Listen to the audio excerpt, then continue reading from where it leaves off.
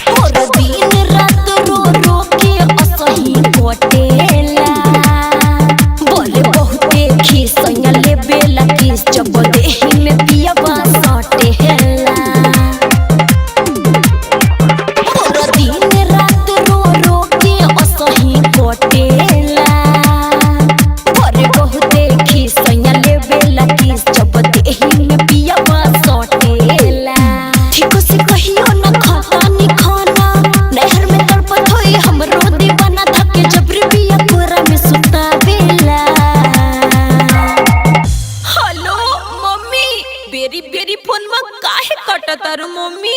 हमार बात सुना ना मम्मी। हमरा ओकर बड़ी याद आवता मम्मी। हमरा नैहर बोला ले मम्मी।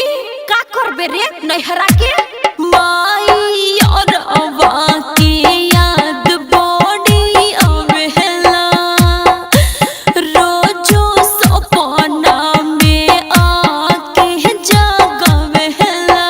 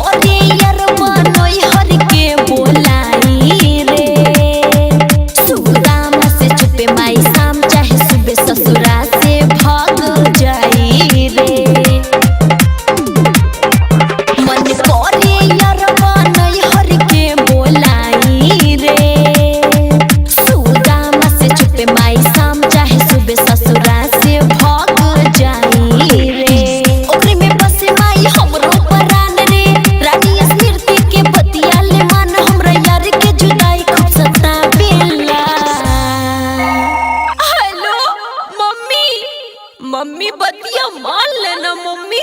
हम ना रहब ससुरारी में मम्मी। अरे काहे ना रहबे रे? हमरा यरवा की बड़ी याद आवत मम्मी। चल चुप। माई और अवा के याद बड़ी आवेला, रोजो सपना में आके जगावेला। मोइरी हम तो